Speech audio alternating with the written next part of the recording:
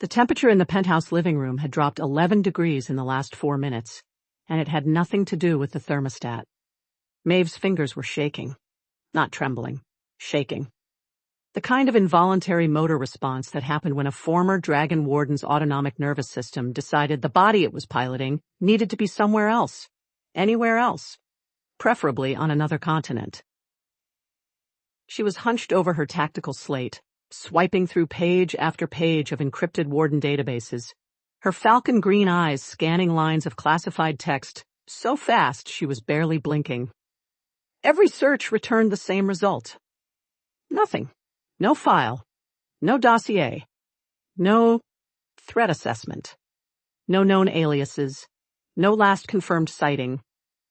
No tactical engagement protocols. The biological mother of the baby fire dragon, currently sleeping face, still smeared with a faint, oily trace of Wagyu paste that Sarah hadn't had time to fully scrub away, in a custom bassinet lined with fireproof aramid silk, simply did not exist in any database maintained by any supernatural regulatory body on the planet. And that, more than anything else, was what made Maeve want to throw up. "She's not in the system," Maeve said, and her voice came out flat and strange, like someone reading their own obituary. "She's not in the Warden archives. She's not in the Guild's central registry. She's not in the Draconic census. She's not in the Horde sovereignty index. She's not even in the rumor files. I've searched every clearance level I have access to, and 2 I definitely don't. And this dragon does not exist." "That's impossible," Lucas said from across the room. He was standing at the floor-to-ceiling windows, arms folded across his massive chest, the dark fabric of his bespoke suit jacket straining against shoulders that could have been sculpted from granite by someone who thought Michelangelo lacked ambition. His reflection in the glass was rigid, coiled. Every predatory instinct in his body was screaming, and the liquid silver glow in his eyes had already started to bleed through. Not the polite boardroom intimidation silver. The real silver. The territorial, something is coming to my den silver. "Every dragon is registered. It's supernatural law. The Warden Compact of 1812 requires." "I know what the Compact requires, Lucas. I helped enforce it for 6 years. I'm telling you, she isn't there." Maeve looked up from the slate. Her jaw was tight. No file means one of 2 things. Either she's so old she predates the registry entirely, or she's powerful enough that someone erased her from it. Neither option ends well for us. "Call Guild HQ." Lucas turned from the window. The silver in his eyes flared like a struck match. "Get a tactical team. Get a containment squad. Get whatever Warden resources you can pull. I want a perimeter around this building in." "Won't work?" Fenris's voice cut through the room like a blade drawn across stone. The 300-year-old assassin was sitting in the leather armchair nearest the door, and he had not moved in 6 minutes.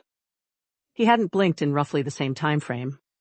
His scarred face, bisected by a pale ridge of scar tissue that ran from his left temple to the corner of his jaw, was the color of old parchment. His mismatched eyes, one the pale blue of glacial ice and the other a deep, unsettling amber, were fixed on a point approximately 2 feet in front of him, focused on absolutely nothing. In his right hand, balanced between his index and middle fingers with the casual precision of a man who had held a weapon every single day for 3 centuries, was a matte black throwing dagger. It was not spinning. It was not being flipped. It was perfectly, unnervingly still.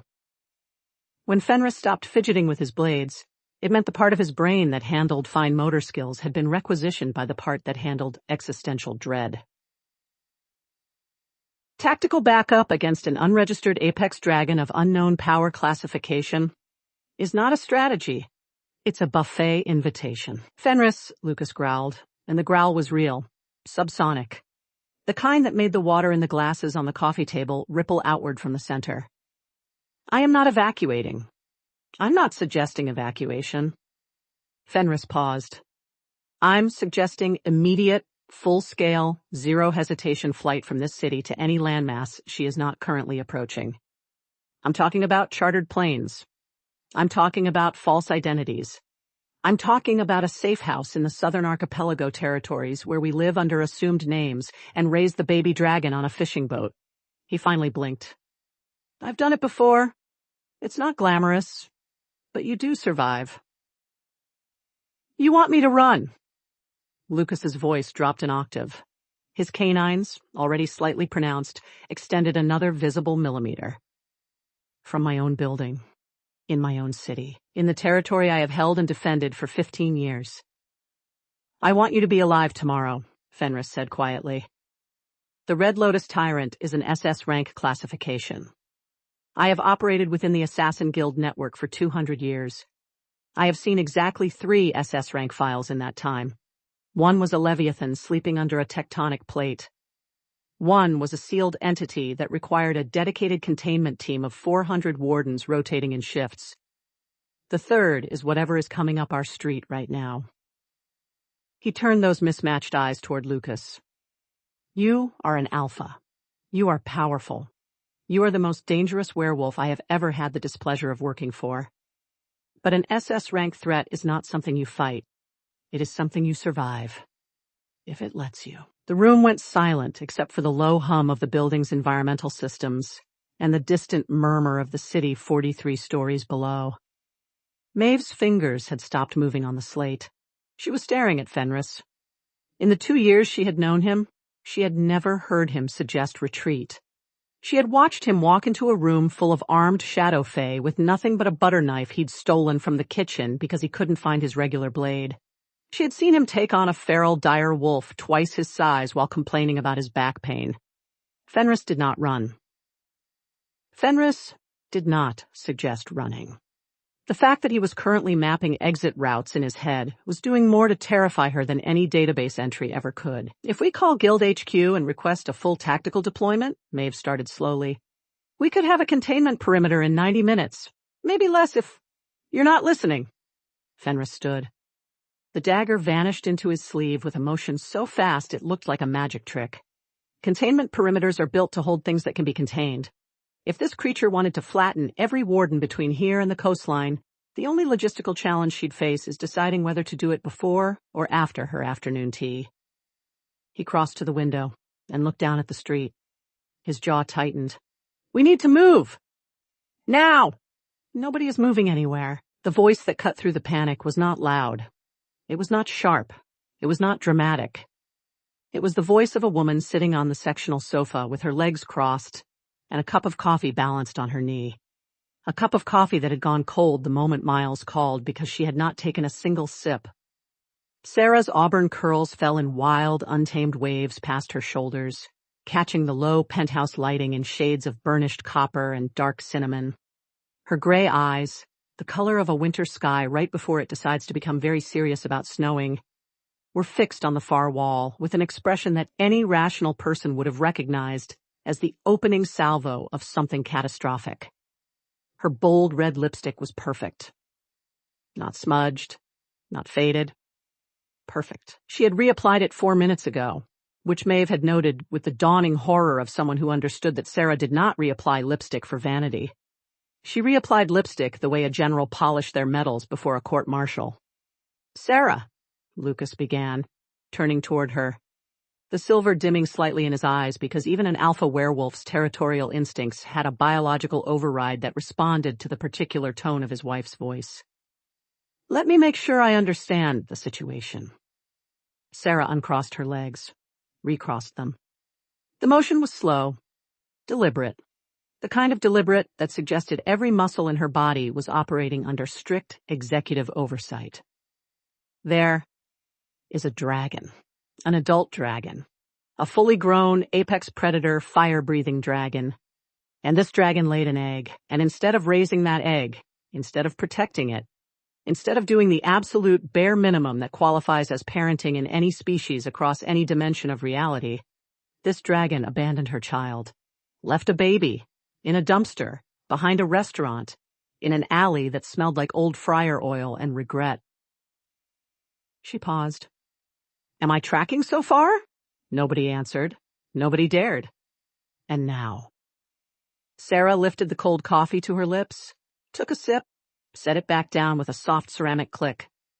Now, after we took that baby in, after we fed him, after we kept him warm and safe and figured out his dietary needs through trial and error, and one very expensive incident involving a Wagyu shipment. After, we loved him. Now, this dragon has decided to show up. Unannounced, at my home, at my family's door. The silence in the room was so complete that they could hear the soft, rhythmic breathing of Soot, the baby charcoal-colored fire dragon, in his bassinet across the room. His smooth opalescent skin caught the light like dark mother-of-pearl. His barbed tail was curled around his own hind leg. His molten copper eyes were closed, though a stubborn smudge of Wagyu paste still clung to the corner of his jaw, a remnant of the meal Sarah had been frantically wiping away when the alarm first broke. He was dreaming, definitely about Wagyu. "I have questions for this dragon," Sarah said. "I have a number of very specific, very detailed questions about her choices, her timeline, and her definition of maternal responsibility. I am not running from those questions. I am not evacuating from those questions. I am going to sit across from this creature, and I am going to ask those questions, and she is going to answer every single one of them." She looked at Fenris. "If she incinerates me, you can evacuate what's left." "Sarah, darling." Lucas's voice was careful, measured. The voice of a man who had once negotiated a hostile corporate takeover worth 7 billion gold crowns and understood that the negotiation currently happening in his own living room was significantly more dangerous. "I love you. I love your ferocity. I love that you are completely willing to interrogate a creature that could level a city block. But I need you to consider the possibility that..." "The possibility that what?" Sarah's gray eyes locked onto his silver ones. "That she's dangerous? Good. So am I. I've read 12 parenting books, Lucas. 12. I know the developmental milestones of 4 different species. I have been up at 3 a.m. hand-feeding a fire dragon pureed Wagyu with a medical syringe because he wouldn't latch onto a standard bottle. I have fireproof mittens. I have a pediatric dragon care manual that may have translated from Old Draconic. I earned this." She pointed at the bassinet. "She doesn't get to waltz in and reclaim what she threw away. Not without going through me." Maeve and Fenris exchanged a look. It was the kind of look shared between 2 professional killers who were simultaneously calculating the threat level of the person in front of them and arriving at the uncomfortable conclusion that it was higher than either of them was qualified to handle. And then, from the bassinet, Soot let out a tiny, contented chirp in his sleep and released a miniature smoke ring that smelled faintly of rich, savory Wagyu beef. And then the doorbell rang. Not the penthouse doorbell, the downstairs doorbell, the street-level entrance to the rescue shelter that occupied the ground floor of Lucas's building, the one with the reinforced door and the bullet-resistant glass, and the pleasant little sign that read, "Second Chances Animal Rescue," in tasteful serif font. Everyone in the room went rigid. "She's here," Maeve whispered. "She's downstairs," Fenris corrected, and his hand was already inside his jacket, fingers wrapping around the hilt of something considerably more serious than a throwing dagger, which means she walked up to the front door like a civilized person instead of tearing through the roof, which either means she's here in peace or she's the kind of predator that knocks before it eats you. The doorbell rang again, a polite, patient ring. The kind of ring that suggested the person on the other side had all the time in the world and was choosing, as a courtesy, to use the bell instead of alternative methods of entry.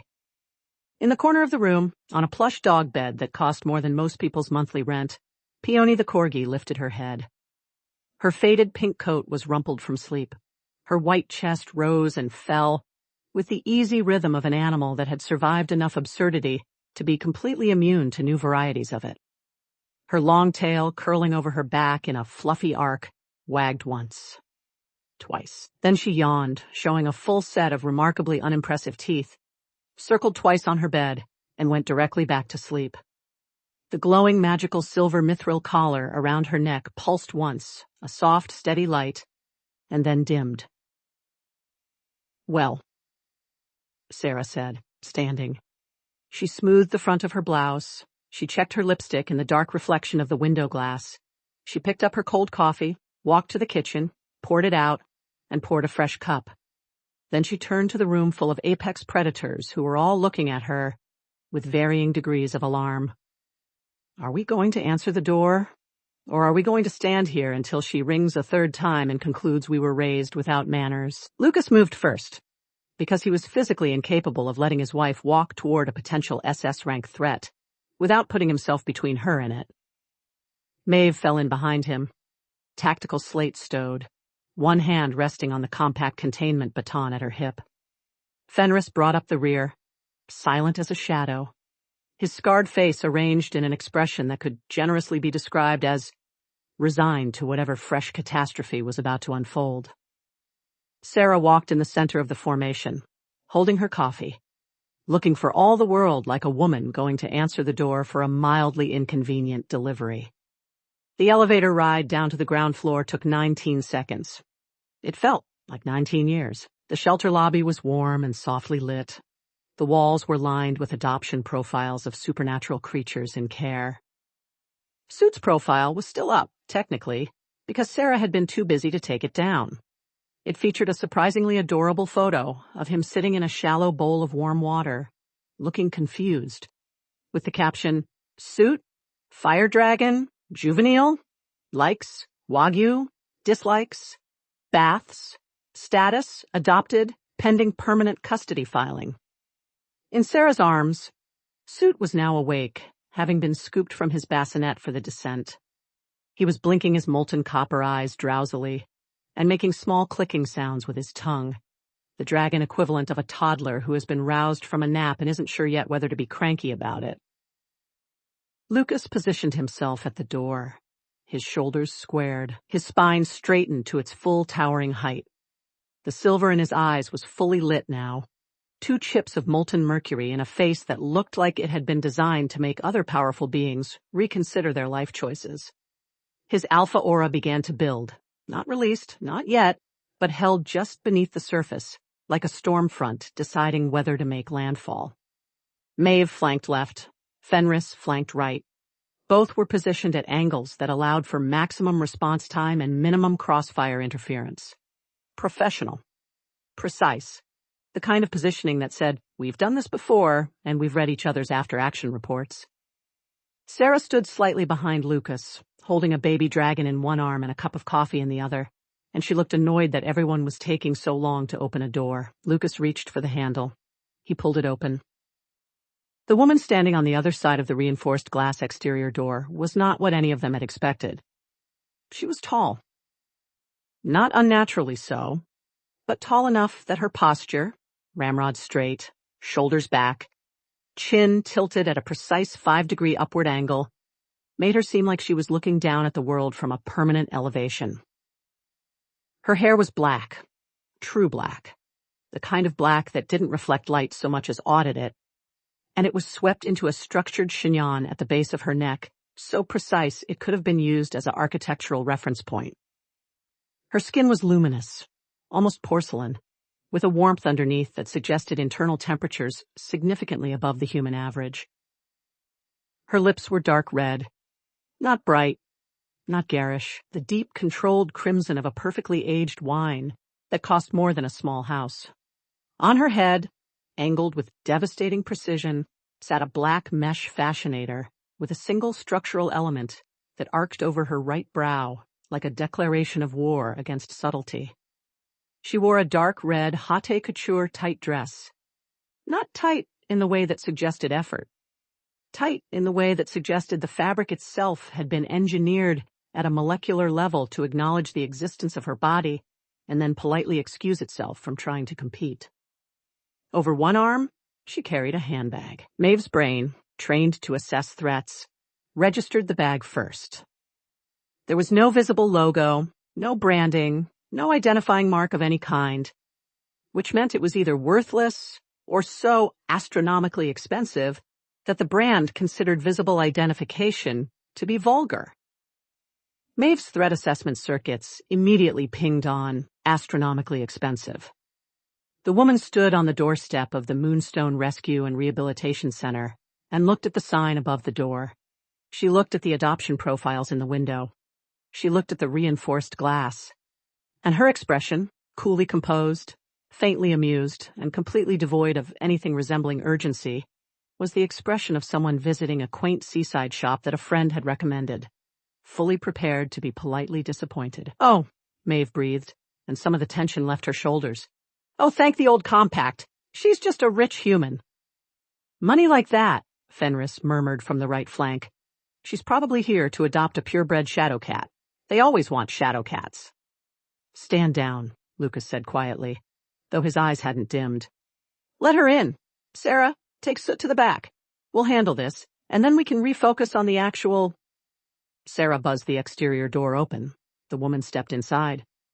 The air in the lobby shifted, not dramatically, not with a thunderclap or a wave of pressure or any of the cinematic signatures that Maeve's training had taught her to expect from a major supernatural presence.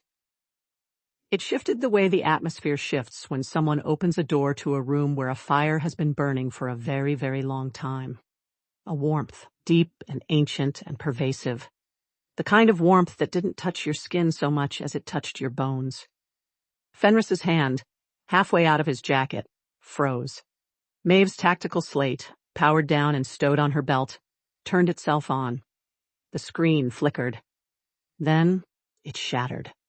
Hairline cracks spiderwebbed across the display without any physical impact, and a thin wisp of smoke curled from the charging port. Maeve stared at it. She had never seen ambient magical pressure destroy hardened warden equipment through passive proximity alone. Lucas's alpha aura, the storm front he'd been holding beneath the surface, didn't retreat. It was suppressed, pushed down, compressed by an external force so immense and so casually applied that it was like watching an ocean lean on a lake. His silver eyes flared, not with dominance, but with the sudden, visceral recognition of something so far above him on the food chain that his wolf brain skipped past fight and flight entirely and landed on a third option it had never needed before. Be very, very still and hope it's not hungry. The woman smiled. It was a lovely smile. Warm. Social. The kind of smile you'd see at a charity gala between the second and third course. It did not reach her eyes. Her eyes were molten copper, the exact same shade as Soot's. And Soot, cradled in Sarah's arm, opened his little copper eyes wide, his barbed tail uncurled from his hind leg, his smooth opalescent skin flushed with a ripple of warmth, charcoal darkening to near black and then brightening again, the dragon equivalent of a full-body blush. He chirped. Not a sleepy chirp, not a hungry chirp. A chirp that started in his chest and built into a warbling, multitonal cry that none of them had ever heard before. It was the sound of recognition, of something primal and instinctual and impossible to fake. It was the sound a baby makes when it sees the face it was born knowing. Soot spread his little wings, leapt from Sarah's arm, hit the ground running on all fours, claws clicking on the polished lobby floor, barbed tail swinging wildly behind him, and launched himself at the woman in the dark red dress with the kind of full commitment, zero hesitation trajectory that suggested he had never, in his short life, been more certain of a destination. Carmen bent at the knees, not crouching, not kneeling, a precise, elegant bend that kept her spine straight and her fascinator level, the kind of motion that suggested she had never in her life assumed a position that couldn't be photographed, and she caught the baby dragon in both hands. She lifted him to her chest. Soot pressed his face against her collarbone and made a sound like a very small engine trying to purr, and a wisp of smoke curled from his nostrils that smelled like home. Carmen looked down at him. The social smile was gone. In its place was something raw and unguarded and so fiercely tender that it looked almost violent. She pressed her dark red lips to the top of his smooth head and closed her molten copper eyes. And then she spoke. Ignatius Vermithrax Balthazar Flamewing Cassiopeia the Seventh, Lord of Cinders, Keeper of the Deep Mantle Flame, Son of the Red Lotus Throne, Scion of the Abyssal Fire Lineage, Hellard of the Obsidian Caldera, Bearer of the Molten Crown, Third ember of the eternal furnace, prince of the pyroclastic court, his most incandescent and illustrious grace. Her voice was low and musical and carried every syllable of that extraordinary name with the same reverence usually reserved for sacred texts. Each word landed in the small lobby like a stone dropped into still water, rippling outward, heavy with centuries of lineage and meaning. Silence followed, complete, absolute, brain-emptying silence. Soot, nestled against his mother's chest, blinked his copper eyes, opened his little mouth, and burped. A small, wobbly smoke ring drifted upward. It smelled distinctly of Wagyu. Fenris watched it float toward the ceiling with the haunted expression of a man who had just heard the most terrifying creature in his threat index use a name that took longer to say than some of his assassinations had taken to execute. Lucas had not moved. His silver eyes were fixed on Carmen with the rigid focus of a wolf who has identified a threat that his body is not equipped to address and whose brain has defaulted to the processing power equivalent of a spinning hourglass. Maeve was holding the broken remains of her tactical slate against her chest like a security blanket. Sarah took a sip of her coffee. "He responds to suit," she said. Carmen's copper eyes opened. They moved from the baby in her arms to the woman standing 5 feet away holding a coffee cup with the casual defiance of someone who had just corrected a god's pronunciation. Carmen's gaze traveled from Sarah's wild auburn curls to her gray eyes to her bold red lipstick to the coffee cup and back up again, the full circuit taking approximately 2 seconds and containing enough analytical processing to fill a doctoral thesis. "I'm sorry," Carmen said, and her voice was silk wrapped around a razor. "What did you just say?" "Suit." Sarah didn't blink. SOOT. 4 letters, 1 syllable. He turns his head when you say it. He comes when he's called. He knows it's him. That's his name. Carmen's left eyebrow rose approximately 1/16 of an inch. On anyone else, it would have been imperceptible. On her face, sculpted and controlled and operating under the same architectural precision as her fascinator, it registered as a seismic event. "Suit," Carmen repeated. She said it the way a sommelier might say the word boxed. She looked down at the baby dragon in her arms, then back at Sarah. "You gave a pure-blood royal of the abyssal fire lineage, a dragon whose bloodline extends to the first caldera, a creature whose ancestors lit the furnaces that forged the continental plates." She paused, not for breath, for devastating dramatic effect. "You gave him the name of fireplace debris." "I gave him the name he answered to," Sarah said, "while he was cold and alone and hungry in a dumpster." The word dumpster landed in the space between them like a slap. Carmen's composure didn't crack, but something behind her copper eyes flinched. It was there for barely a fraction of a second. But Sarah saw it, and Carmen knew Sarah saw it. And both of them understood that the next 30 seconds of this conversation would determine whether this interaction ended in a custody agreement or a geological event. "Darling," Carmen said, and the endearment was a weapon. A perfectly weighted verbal stiletto delivered with a smile that could have cut glass. "That's not pet ownership. That's aesthetic bullying." "He's not a pet," Sarah said. "He's my son." Behind Sarah, Lucas made a small sound. It might have been pride. It might have been terror. It might have been both simultaneously, which, given the circumstances, was perfectly reasonable. Carmen's copper gaze held Sarah's gray one. The lobby was very warm, not from the heating system. The warmth was radiating from Carmen in waves now, subtle but unmistakable, the ambient temperature of a being whose internal furnace burned at temperatures that would embarrass most industrial smelters. Soot, completely oblivious to the thermonuclear staring contest happening above his head, nuzzled deeper into his mother's chest and made happy clicking sounds. "Perhaps," Carmen said, "we should sit down." They went upstairs. The penthouse living room, which 20 minutes ago had been a war room full of panicking apex predators, was now hosting the most dangerous tea party in the history of the building.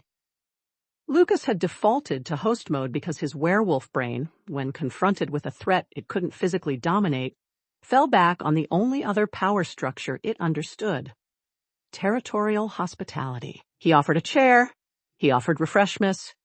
He offered these things while his eyes still glowed silver, and his jaw was clenched so tight the muscles in his neck were visible through his collar, which gave the overall impression of a man aggressively offering you a beverage while also calculating the load-bearing capacity of the nearest wall in case he needed to throw someone through it. Carmen sat in the armchair nearest the window. She sat the way she did everything, precisely, elegantly, and in a manner that suggested the chair had been waiting its entire functional life for this moment. She crossed her legs. She placed her priceless handbag on the side table. Soot remained in her lap, curled against her stomach, his barbed tail wrapped loosely around her wrist. His copper eyes were half closed. He looked, for the first time since they'd found him, completely at ease in a way that went beyond comfort and into something cellular. Sarah sat directly across from her. She had refilled her coffee. The distance between the two women was approximately 6 feet. It felt like 6 inches. Lucas stood behind Sarah's chair. Maeve positioned herself by the kitchen island, one hand resting on the counter and the other on her containment baton, which she knew was completely useless against the woman in the armchair, and which she held onto anyway because it made her feel slightly less like a field mouse at a falcon convention. Fenris leaned against the wall by the elevator, arms crossed, his scarred face unreadable except for the faint, persistent tremor in his jaw that suggested his teeth were clenched hard enough to crack enamel. In the corner, Peony slept. "Let's skip the pleasantries," Sarah said. "You know why we're tense. You know what we assumed when we heard you were coming. So let's address the only thing that matters." She set her coffee down on the side table. Her gray eyes were steady and cold and absolutely fearless, which was either incredibly brave or clinically insane, and the line between the two had been blurring in this household for weeks. "Why did you abandon your child?" Carmen's perfectly sculpted expression didn't change. She stroked Suit's back with one elegant hand, her dark red nails tracing the ridges of his smooth opalescent skin. "I didn't abandon him. He was in a dumpster, Carmen. It's pronounced with a slight emphasis on the second syllable, but I'll allow the anglicization." Carmen tilted her head. The fascinator caught the light. "I didn't abandon him. He was taken from me." The room recalibrated. "The egg was 3 days from hatching," Carmen continued, and her voice shifted. "The silk remained. The razor sharpened. I had secured a private volcanic nesting site. Temperature controlled. Warded. 7 layers of protective enchantment. Everything a first clutch requires." She paused. Her copper eyes dropped to Suit. "The old court found the site." "Old court?" Lucas's voice was a low rumble. "Boardroom Lucas. Information gathering Lucas. The Lucas who had built a financial empire by knowing when to listen and when to strike." "The old dragons," Carmen said. She looked at Lucas with a flicker of what might have been respect. "You know what werewolves were 1,000 years ago, don't you? Scattered packs. Territorial. Powerful, certainly, but fragmented. Living in forests and mountains, fighting over hunting grounds." She gestured at the penthouse around them. "And look at you now. You adapted. You learned human systems, finance, law, corporate structure. You took your pack hierarchy and you applied it to the modern world. And now your kind runs half the supernatural economy." Her lip curled slightly, not in disdain, in something more complicated. "Dragons did not adapt." "Some dragons," Maeve said quietly from the kitchen island. Carmen's copper gaze flicked to her. "You were a warden." It wasn't a question. 9 years, Maeve confirmed. "Then you know what the old court is. Paper nobility. Underground ceremonial nonsense. Ancient bloodlines clinging to titles they can't enforce and treasures they can't access because they buried their hoards in locations that are now shopping centers and municipal parking structures." Carmen's lip curled further. "They sit in their damp, crumbling dens, and they argue about lineage purity and clutch rights and the sacred sovereignty of fire, and they can't even afford to have their shoes resoled. Half of them are wearing enchantments to hide the fact that their ceremonial robes have moth damage. It would be pathetic if it weren't so tedious." Sarah blinked. They can't afford to fix their shoes. Darling, the obsidian patriarch of the Northern Caldera is currently living in a condemned warehouse outside of a city I won't name, subsisting on municipal heating vents because he's too proud to learn how a bank account works.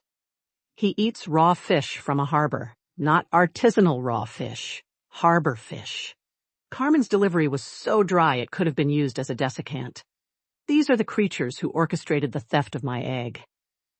They stole Soot? Sarah said flatly. They stole Ignatius. Carmen corrected automatically, then paused, looked at Sarah, conceded absolutely nothing, but moved on. The old court believes that first-clutch pure-blood eggs belong to the lineage, not the mother.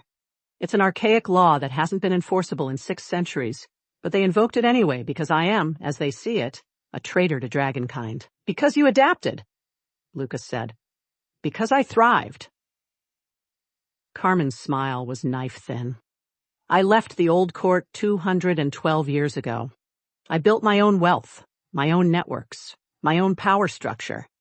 I operate in the human world and the supernatural world simultaneously because I refuse to pretend that modernity is a disease. The old court considers me an abomination, a dragon who wears human fashion and invests in human markets and maintains a social calendar that spans 4 continents. She stroked Soot's head.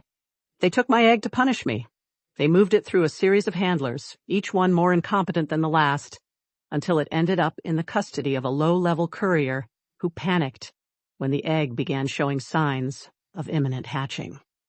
He couldn't control the temperature fluctuations. He was afraid it would ignite, so he dumped it. In an alley, Sarah said. Behind a restaurant? In an alley behind a restaurant, Carmen confirmed. The raw thing behind her eyes surfaced again, quick and fierce. I have spent the last 7 weeks tracking the chain of custody. I have personally visited every handler in that chain. The conversations were productive. The way she said productive made Fenris's jaw unclench for the first time since she'd arrived. Not out of comfort, but out of professional recognition. He understood exactly what productive conversations meant when conducted by an apex predator, tracking down the people who stole her offspring. And the courier? Sarah asked. Retired, Carmen said simply. Nobody asked for clarification.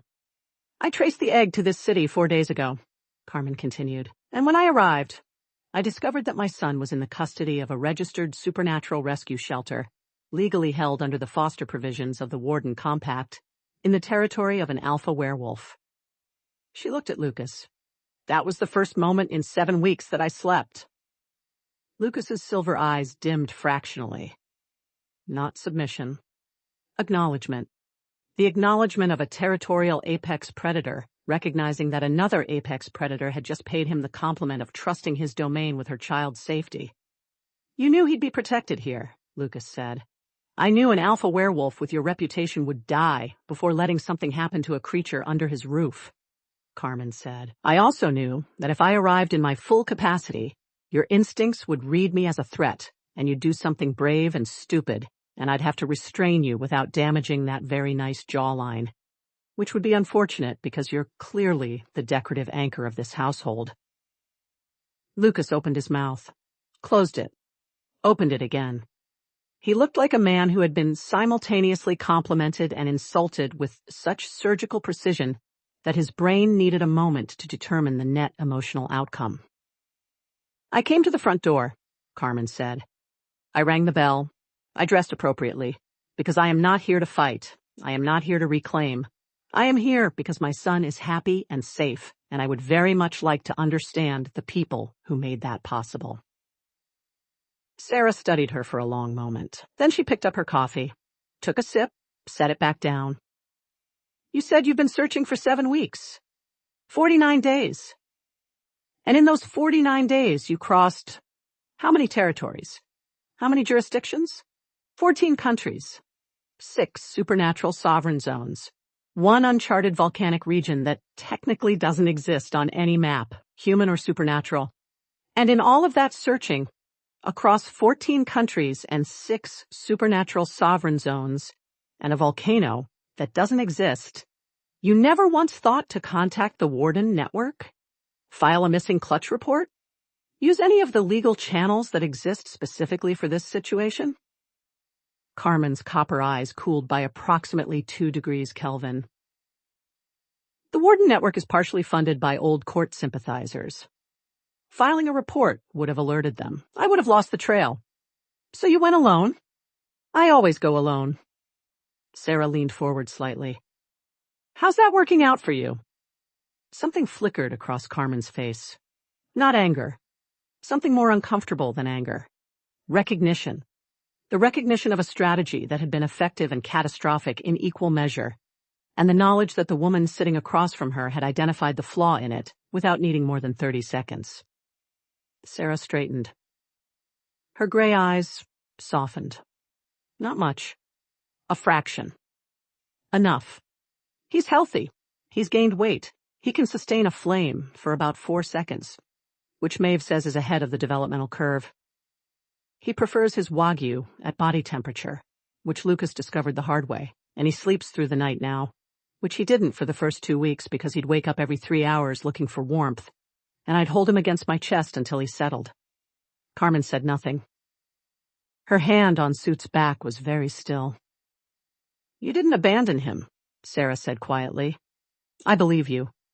But he's mine now, too. You need to understand that. Whatever happens next, whatever legal structure we build, whatever arrangement we come to, he is mine, too. I am not negotiating on that. Carmen looked at Sarah for a very long time. The lobby-grade social smile was gone. The razor-and-silk voice was gone. What was left was a woman who had spent 49 days crossing 14 countries alone, burning through every resource and connection she had, driven by a fury and a terror that only a parent could understand, and who was now sitting in a stranger's living room looking at the person who had done what she couldn't. The person who had been there when her son was cold and alone and afraid. The person who had held him at 3 in the morning and given him a ridiculous name and fed him Wagyu from a syringe and made him safe. You're his godmother, Carmen said. The word dropped into the room with a weight that had nothing to do with volume. It was a declaration, a formal, binding, draconic designation that carried legal and supernatural authority across every jurisdiction that recognized the old fire lineage covenants. Maeve inhaled sharply. In warden training, they'd been taught that a dragon godmother appointment was rarer than a blood oath and approximately twice as binding. I'm sorry, Sarah said. You heard me. Carmen's copper eyes were fierce and steady. Godmother, not babysitter, not foster parent, not temporary custodian. Godmother. It means that in the eyes of every dragon, every court, every lineage, and every supernatural legal body on this planet, you have permanent, irrevocable standing in his life. Equal to mine. She paused. You earned it. Sarah's gray eyes glistened. She blinked once. Hard. Then she picked up her coffee because she needed something to do with her hands. Well, Lucas said, and his voice was rough in the way it got when he was feeling something too big for his considerable frame to contain. He cleared his throat. Now that we've established the custody framework, we have a more immediate problem. Carmen looked at him with polite interest. Suit's hoard debt, Lucas said. When we took him in, the debt registered at 250 million gold. Every dragon carries a hoard obligation from birth. We couldn't pay it directly without triggering seizure protocols, so we transferred it. Transferred it to whom? A con artist named Silas. Maeve interjected from the kitchen island. He ran a fraudulent adoption scheme targeting supernatural creatures with high hoard values. We trapped him in a legally binding debt transfer. He now owes the 250 million. Clever, Carmen said, and she sounded like she meant it. There's a complication, Lucas continued. His silver eyes flickered. This was the part that had been keeping him up at night. The tactical problem his money and his power and his territory couldn't solve on their own. Silas is backed by the European Guild. He was one of their assets. An off-the-books operative running adoption scams and funneling the hoard values into Guild black budgets. Carmen's expression didn't change, but the ambient temperature in the room ticked up by 0.5 degree. If the Guild decides to protect Silas, Lucas said, They'll pay off the debt on his behalf. The moment the debt is cleared through guild funds, they'll have legal standing to claim soot as guild property under the hoard recovery statutes. They have the treasury to do it. $250 million is pocket change for an organization that size. We've been trying to find a legal counter, Maeve added. But the statutes are airtight. If the debt is paid by a third party with institutional standing, the hoard recovery statutes allow them to. Carmen reached into her handbag.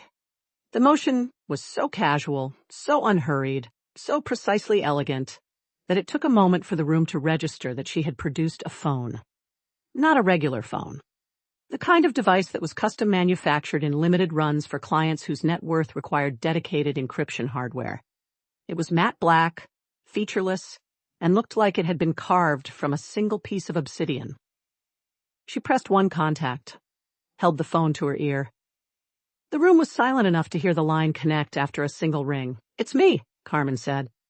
Her voice was the same silk and razor instrument it had been all evening, but the balance had shifted. More razor, less silk. Effective immediately, halt all my investments in the European Guild's supernatural infrastructure projects. Withdraw all active funding. Liquidate my position in their operational bonds. Close the credit lines on their hoard recovery division. Freeze the endowment to their warden training programs, and pull the underwriting on their institutional insurance.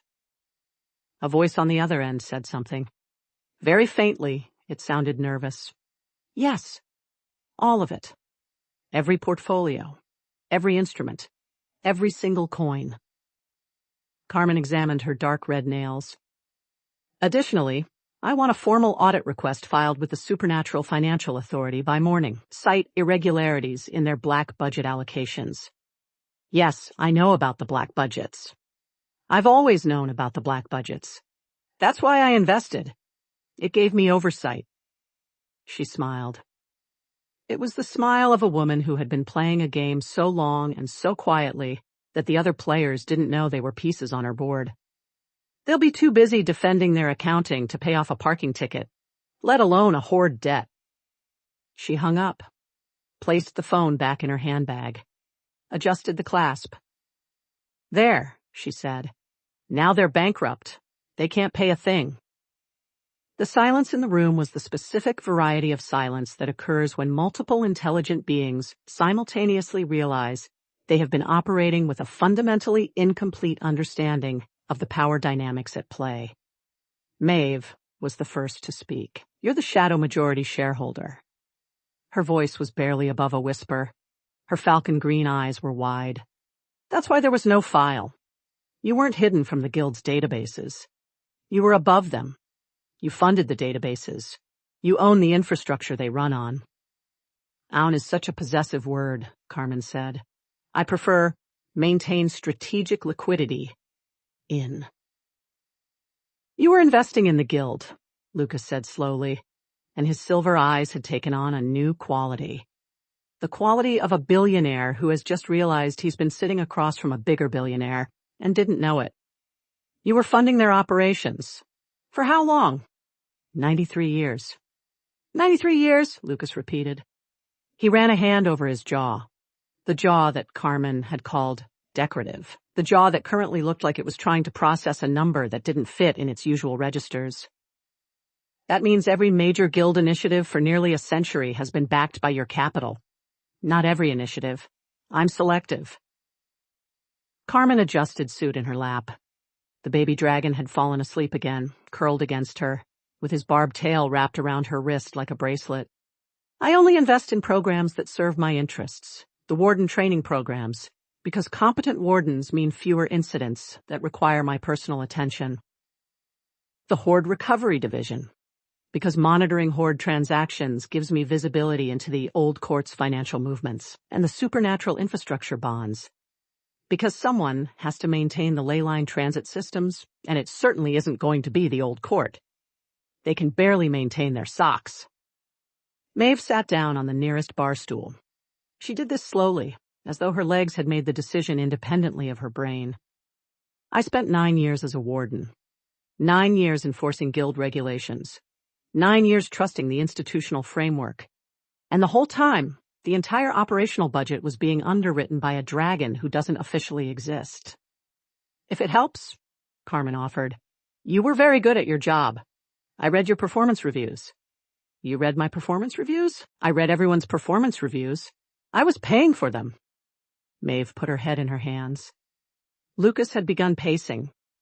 This was a bad sign. Lucas paced when his territorial instincts and his financial instincts were fighting each other, and both were losing.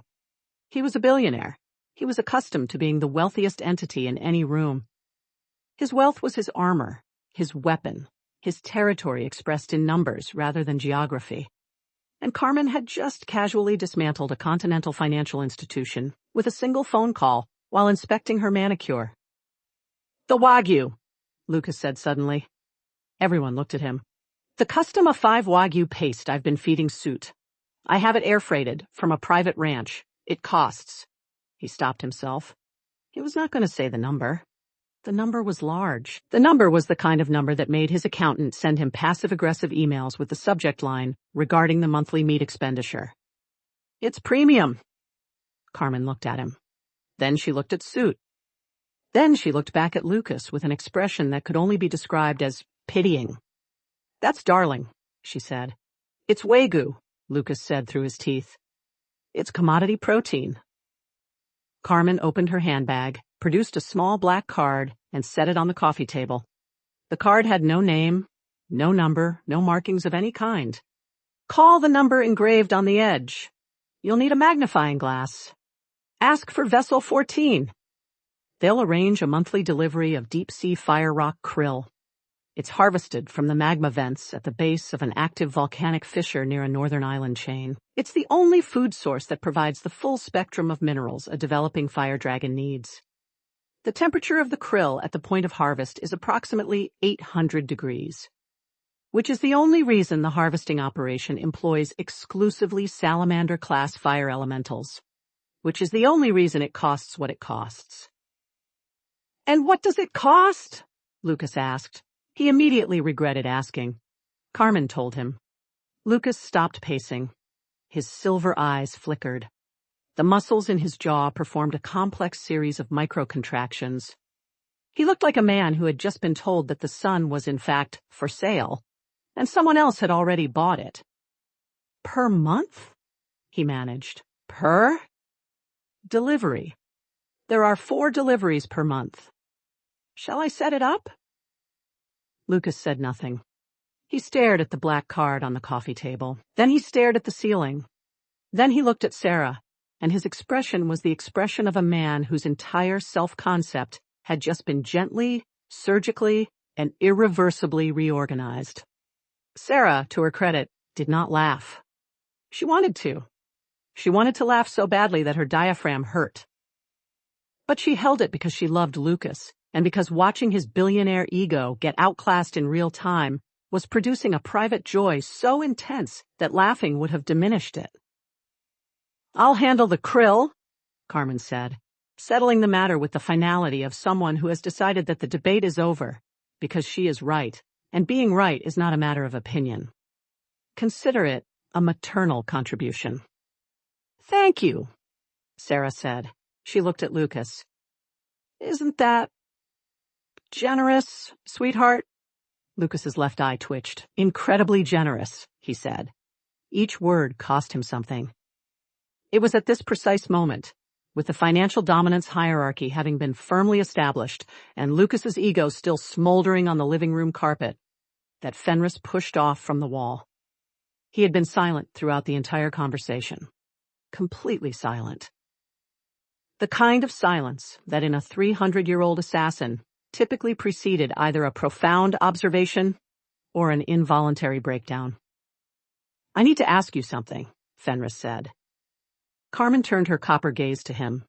She studied his scarred face, his mismatched eyes, his silver-streaked black hair, the way he held himself, the way his hands, even now, even in conversation, were positioned at angles that allowed immediate access to the weapons hidden in his clothing. She studied him the way one professional studies another.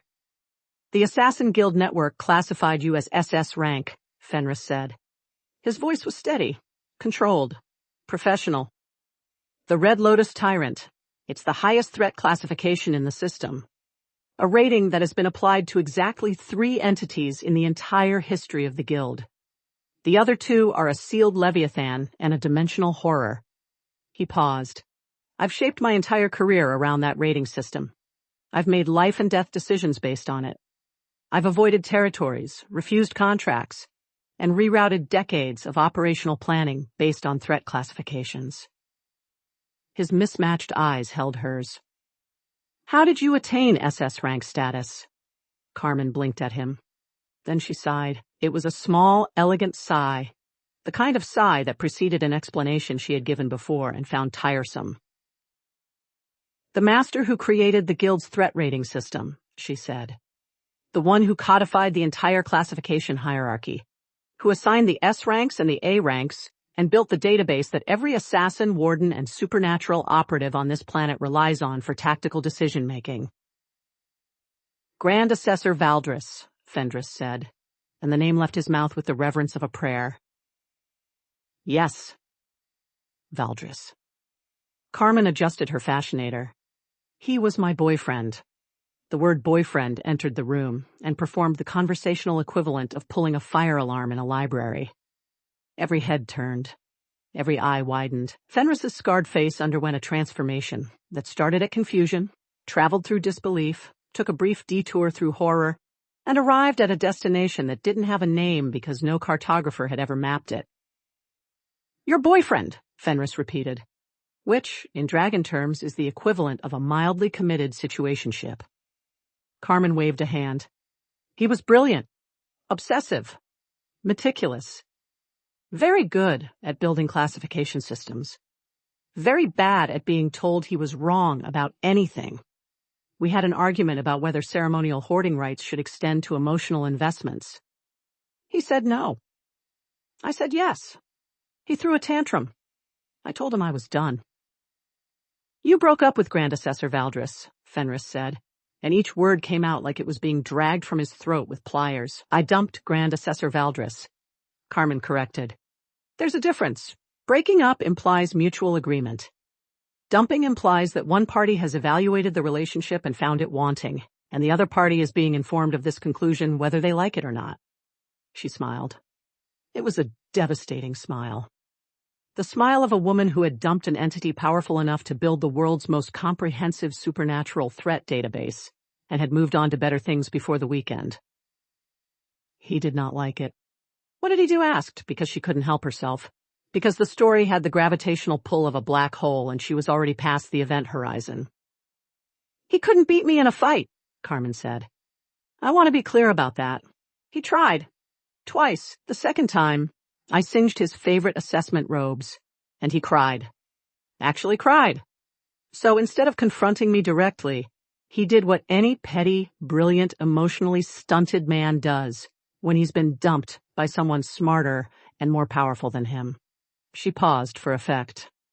Carmen understood dramatic timing, the way astronomers understood orbital mechanics. He went home. He logged into the Assassin Guild's central database, the same database he had spent 3 centuries building, the repository of every threat assessment, every kill rating, every power classification used by every supernatural operative in the world. Her copper eyes glinted. And he created a new entry, my entry. He rated me SS rank, extremely dangerous. Threat level, apocalyptic. He coded me as the Red Lotus Tyrant. He wrote a 40-page threat briefing about my capabilities that was about 70% accurate and 30% the ravings of a man who was furious that I'd told him his obsessive cataloging was a substitute for emotional vulnerability. She looked at Fenris. He then distributed this assessment to every assassin network, every warden database, and every supernatural intelligence agency on the planet as a warning. She tilted her head. It was a breakup tantrum. He couldn't beat me in a fight, so he threw the biggest, pettiest, most far-reaching tantrum in the history of supernatural intelligence. He told the entire underworld I was a tyrant, because I was a tyrant in our relationship, because I made him do the dishes. The silence that followed was not the silence of shock. It was the silence of a narrative void. The silence that exists in the space where a worldview used to be before it was systematically dismantled by a woman in a fascinator talking about her ex-boyfriend's emotional immaturity. Fenris had not moved. His ice blue and amber eyes were open. His scarred face was still. His body was physically present in the penthouse living room, standing against the wall in the exact position he'd occupied for the past hour. But something behind those mismatched eyes had left. Something foundational had detached from its moorings and drifted into open water. 200 years, he said quietly. To no one. To the room. To the concept of meaning itself. 200 years I've used that system.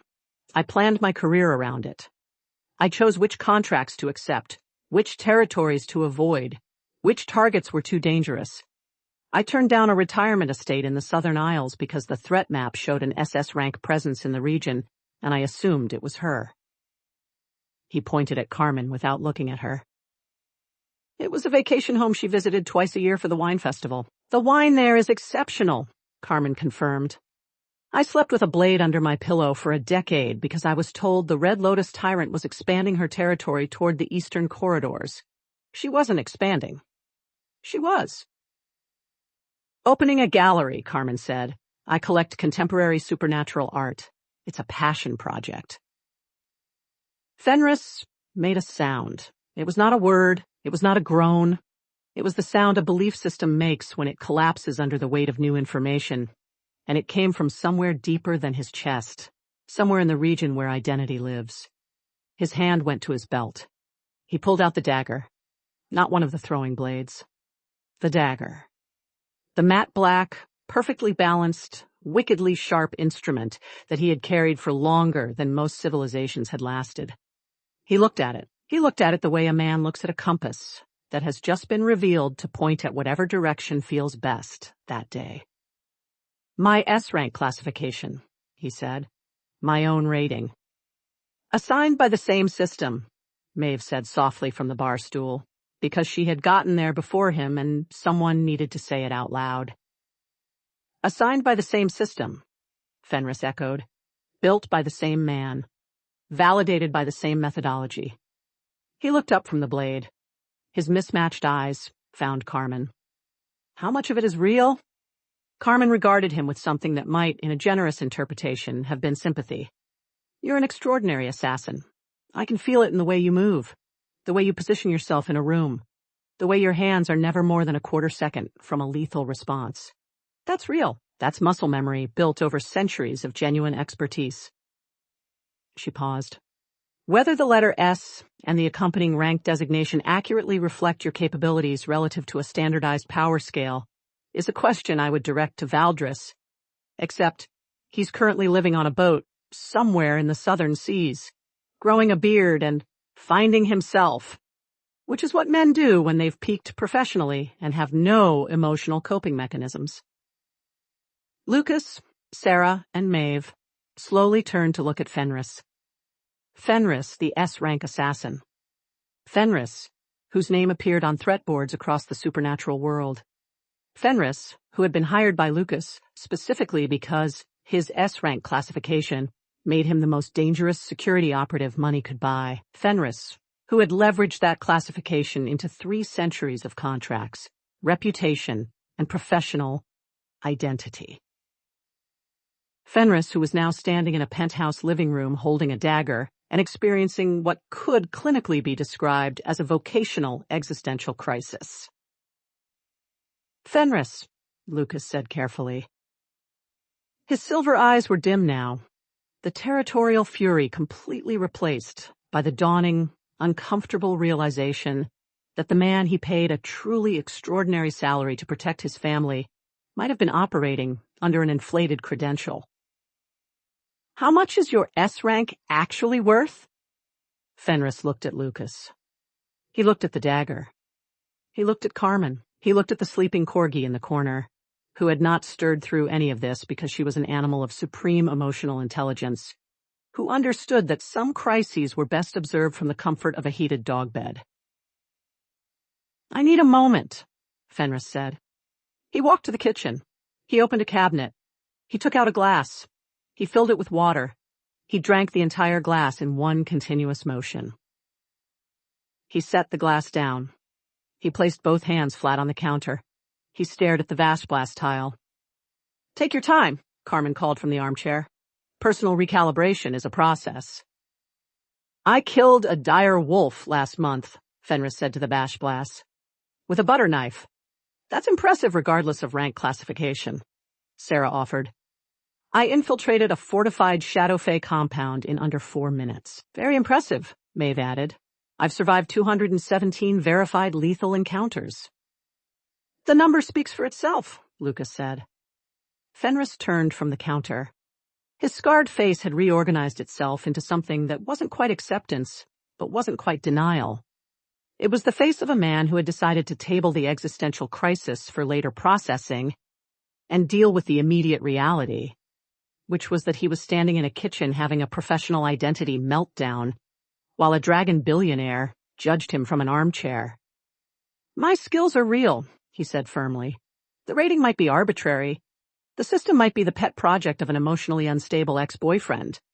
But 300 years of kills don't lie. Absolutely, Carmen agreed. You're very deadly. I'm sure whatever letter is assigned to you, it's well earned in spirit. Fenris's left eye twitched. He picked up his dagger from the counter, slid it back into its sheath, and walked back to his position by the wall. He leaned against it. He crossed his arms. He looked at absolutely nothing with the intensity of a man who was going to have a very long, very quiet conversation with himself later that evening. In the living room, Suits stirred. He lifted his head from Carmen's lap, blinked his copper eyes, looked around the room at the collection of beings who were variously processing financial devastation, career implosion, institutional betrayal, and maternal bonding, and chirped happily. He wriggled out of Carmen's arms, dropped to the floor, and waddled across the living room on his stubby legs, barbed tail swinging behind him. He reached Peony's dog bed, climbed onto it with considerable effort given his small size and the corgi's considerable mass, curled up against Peony's warm flank, and closed his eyes. Peony's long tail lifted, curled over Suit's back. The mithril collar pulsed once with soft silver light. Neither of them opened their eyes. Carmen watched this. Her copper gaze, which had been variously sharp, amused, devastating, and pitying over the course of the evening, softened into something unguarded. Something human, or whatever the dragon equivalent of human was. She watched her son curl up against a slightly overweight pink corgi with a magical collar and choose, with the absolute certainty of a baby who knows exactly where he feels safest, to sleep. He's happy here, Carmen said quietly. It wasn't a question. He is, Sarah said. Carmen nodded. She uncrossed her legs, recrossed them.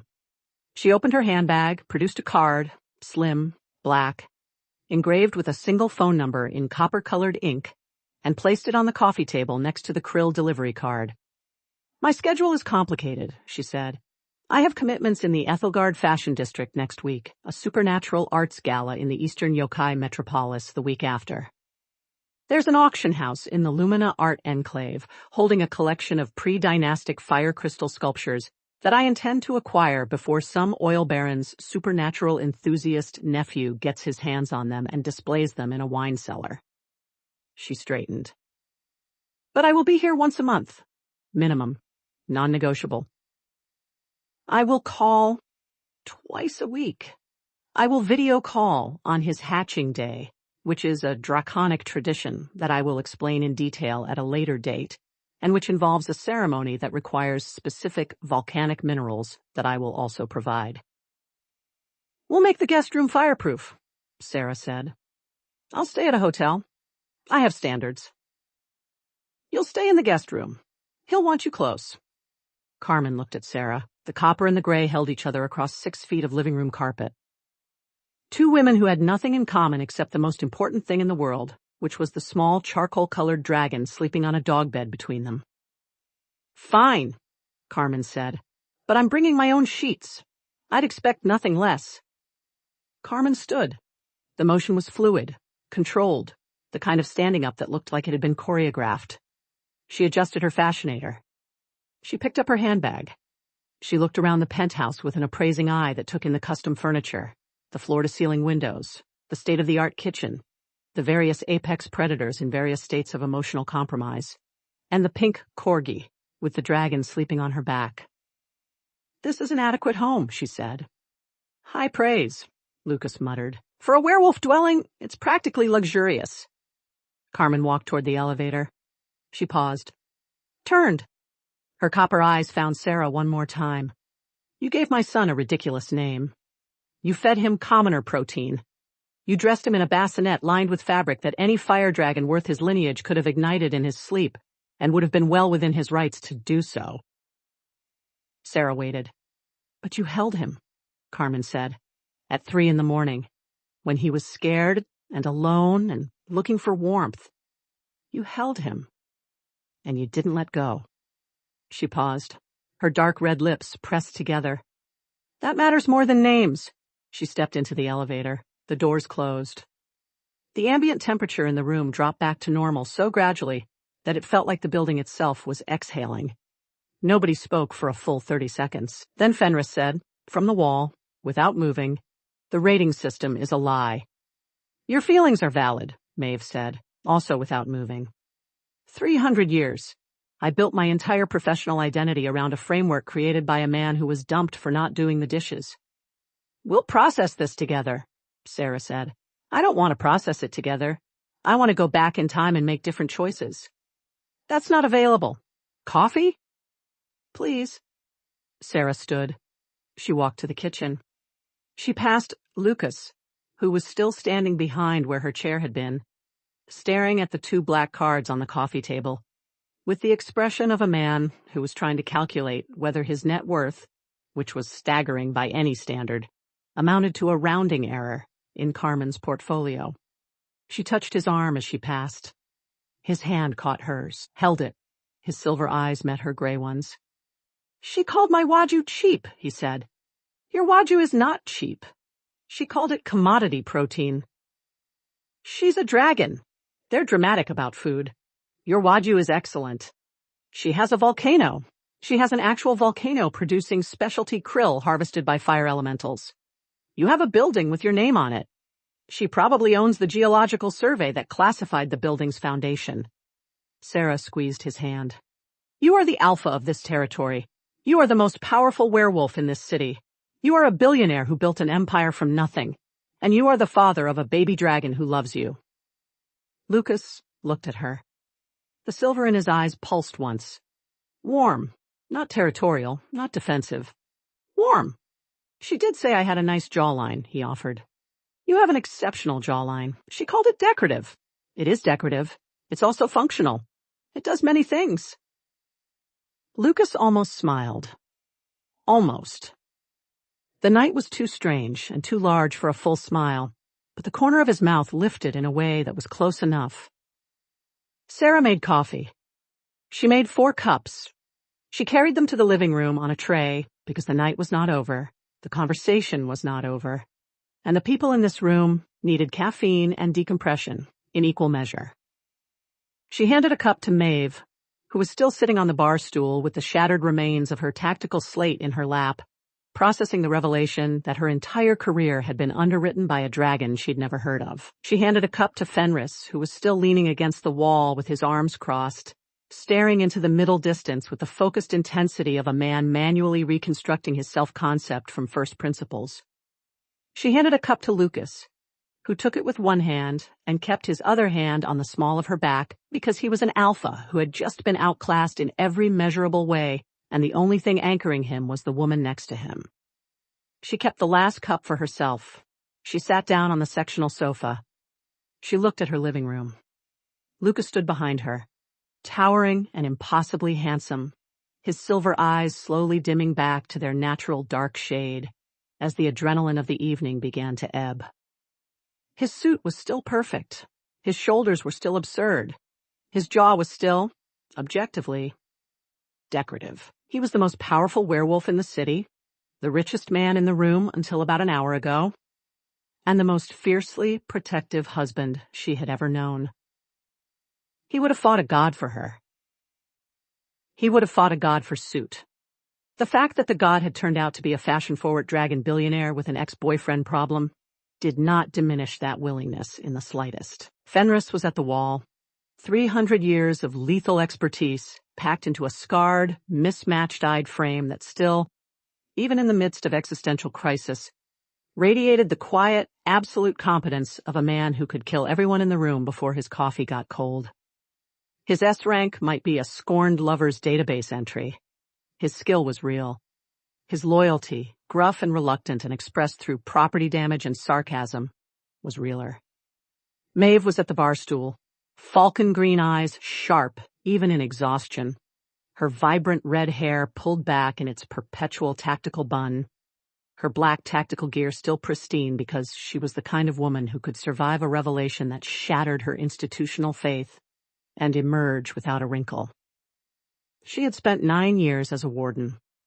She had walked away from it. She had come here, to this absurd rescue shelter, in this absurd building, and she had stayed, not because she was paid to, because she chose to.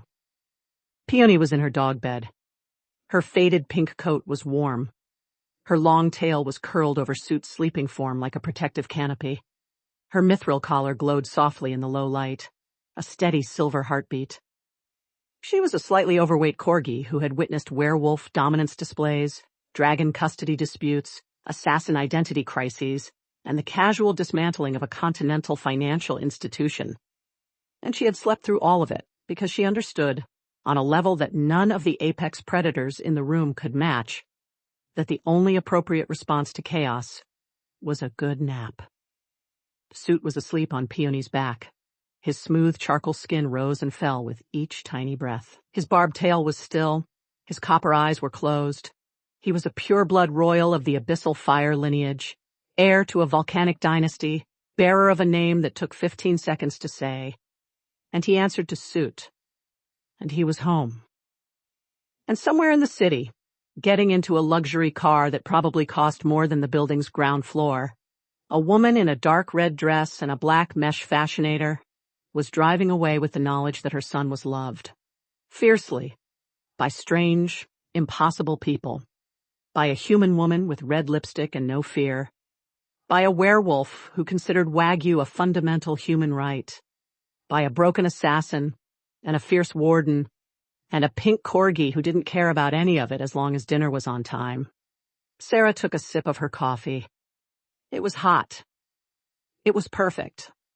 The mug was warm in her hands.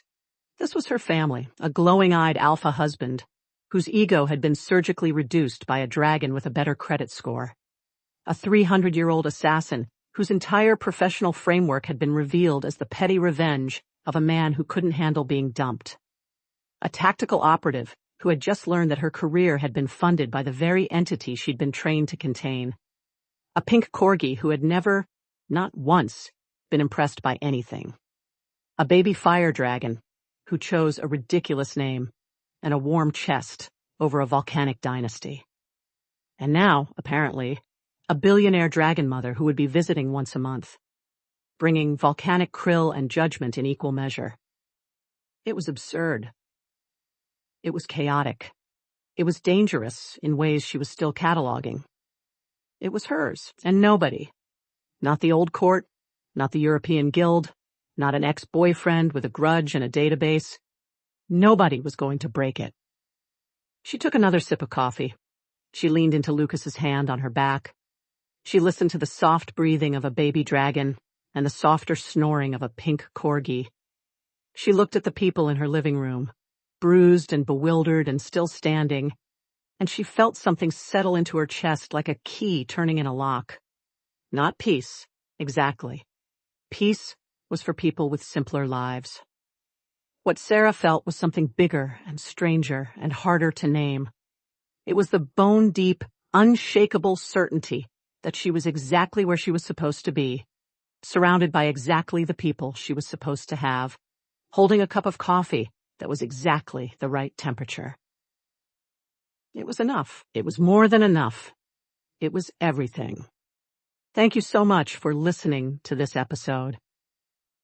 If you enjoyed the story, please subscribe to the channel and leave a like so you never miss what happens next with Sarah, Lucas, Soot, and the rest of this wonderfully chaotic family.